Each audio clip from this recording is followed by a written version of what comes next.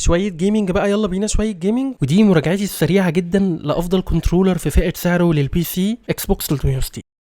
الباكجينج بتاع الكنترولر ده هو نسخه طبق الاصل من الباكجينج الاصليه، ولو انا ما قلتلكش ان ده الميرور للاصلي انت مش هتعرف. كل حاجه مكتوبه على الباكجينج والبراندنج بتاع الدراع كله اوفر اول كلها ليها علاقه بمايكروسوفت واكس بوكس.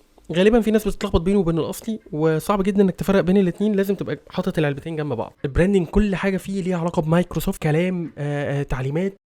يلا بينا نفتح العلبه ونشوف اخباره ايه النهارده. هيكون اخباره ايه يعني؟ والله العظيم ده انا بقول شويه كلام غريب في التسجيلات، انتوا ربنا يكون. المهم الباكجينج بتاعه بسيط جدا وسيمبل. كل اللي انت هتعمله انك هتفتح العلبه زي الشطور، تشيل البلاستيك اللي قدام زي الشطور، ترميها زي الشطور، وهتمسك الكنترولر زي ما انا ماسكه كده عشان انا شطور، وترمي بتاع البيضه اللي ملهاش اي معنى دي زي الشطور.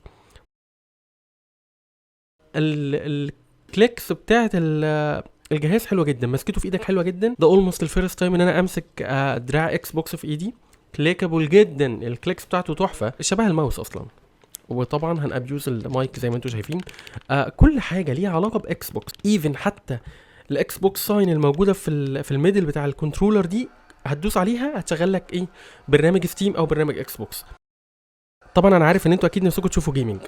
جربتوا على شويه جيمز منها فورزا، ودي اصلا من استوديوهات اكس بوكس ومايكروسوفت. طبعا تحفه، الجهاز سيرتيفايد جدا. مش بس كده، في رامبلز، في فايبريشن، يعني انت ما بتمشي على نجيله او ارض او عشب او شويه طوب هتفرق معاك جدا في احساسك باللعب.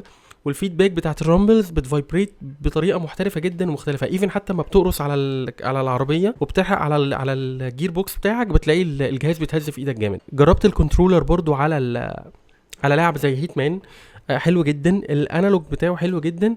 وباي ذا واي لو انت بلاي ستيشن فان زي كده ومتعود على دراع بلاي ستيشن مش هتتضايق من مسكه الدراع، بالعكس انت تحس ان هو مريح اكتر اصلا.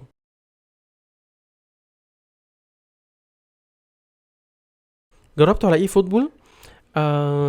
ماتش سريع كده يا جدعان، انا بعرف العب بس يعني فكوكم من الهبل ده. المهم يعني فجربت ان انا اعمل ماتش كده في السخان، بس ان احنا نستعرض قد ايه انا مش بفهم في اللعبه دي. يعني حسبي الله ونعم الوكيل، عشان هم جابوا فيا جون هتشوفوه دلوقتي. اللعبه شغاله حلوه جدا، سموث جدا، مفيش اي حاجه. الدراع بيتعرف على الجهاز بتاع البي سي في ثانيه. ايفن حتى الرسومات جوه اي لعبه بيجيب لك شكل الدراع ده من جوه، فاهمين قصدي؟ مش بيجيب لك شكل بلاي ستيشن. فهو اصلا سيرتيفايد. الفايبريشنز بتشتغل، بس ما كانتش بتشتغل في اي فوتبول عموما يعني. وزي ما انتم شايفين جابوا جون، حاولت ان انا اعوض.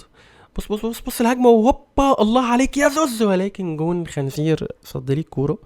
اي ترايد ان انا اعمل هجمه كمان، الحمد لله رب العالمين. بصوا الاحتراف، يلا بره، راحت في الشلاحات، مش مهم. طيب انا عارف ان انتوا عايزين تعرفوا رايي.